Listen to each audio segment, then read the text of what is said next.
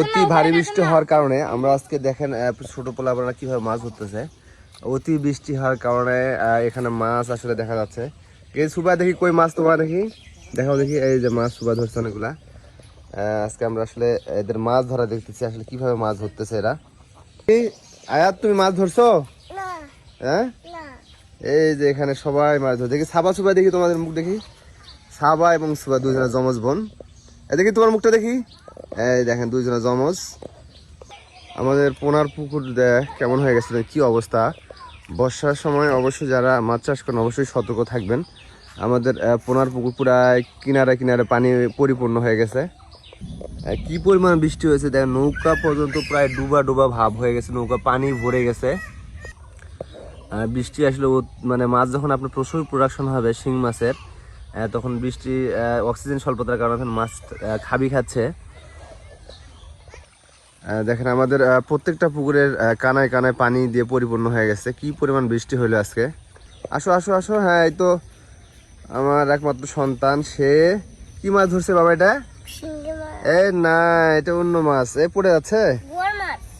হ্যাঁ, এই যে আমরা আসলে বৃষ্টির মধ্যে আজকে আবহাওয়াটা অনেক সুন্দর, অনেক সুন্দর আবহাওয়া আজকে। আমাদের বসে থাকার যে চেয়ারটা সেটা ভিজে একদম শেষ হয়ে গেছে। তোমার এই যে চেয়ারটা, শুয়ে থাকা চেয়ারটা কি হয়েছে দেখো তো, ভিজে গেছে একদম। এখন শুকানো না পর্যন্ত তুমি বসতে পারবে না। এদিকে তাকাও, আমার দিকে দেখো, কি তোমার হাতে?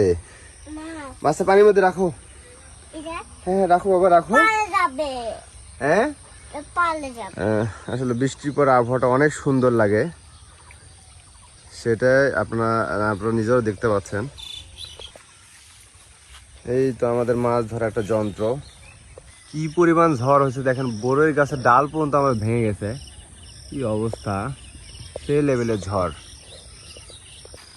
আমরা আসলে দেখবো আমাদের কই মাছের, যেটাতে আমরা অল্প জায়গায় অধিক ঘনত্বে কই চাষ করতেছি, এখানে 14% জায়গায় 42,000 মাছ সেট দেওয়া আছে, কেজিতে এখন 20টা। তো আপনি সেই পুকুরটা আসলে দেখবো আমরা কি অবস্থা।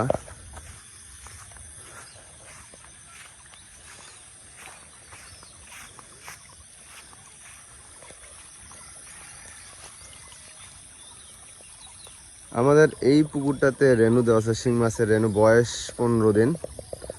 তো মাশাআল্লাহ আমরা চেক করে দেখতে ভালো প্রোডাকশন হয়েছে। বৃষ্টি তো হইলে এখন আবার নতুন করে পরিচর্যা করতে হবে। আশ্চর্য বিষয় হচ্ছে দেখেন যে ওই যে ব্যাগ ছিল আমাদের পুকুরের ঘরে, ঘরটা কত দূর, কোথায় উড়ে আসছে, কত দূর ঘর, আর সেখান থেকে উড়ে এখানে আসছে, মজার বিষয়। তো যারা মাছ চাষ করেন, এই বৃষ্টির পরে আপনাকে এক্সট্রা যে পরিচর্যাগুলো আছে অবশ্যই করতে হবে, কারণ বৃষ্টির পরে আপনার পুকুরের পাড়ে যে ধোঁয়ানিটা নামে, বিভিন্ন গ্যাস, জীবাণু, অনেক কিছু আসলে সমস্যার সৃষ্টি হয়। তো এটা আসলে আপনার যে পরিচর্যা আছে সেটা অবশ্যই প্রপারলি করার চেষ্টা করবেন। হাঁসের বাচ্চা, আমরা আসলে এখানে পাশাপাশি হাঁসও করে থাকি।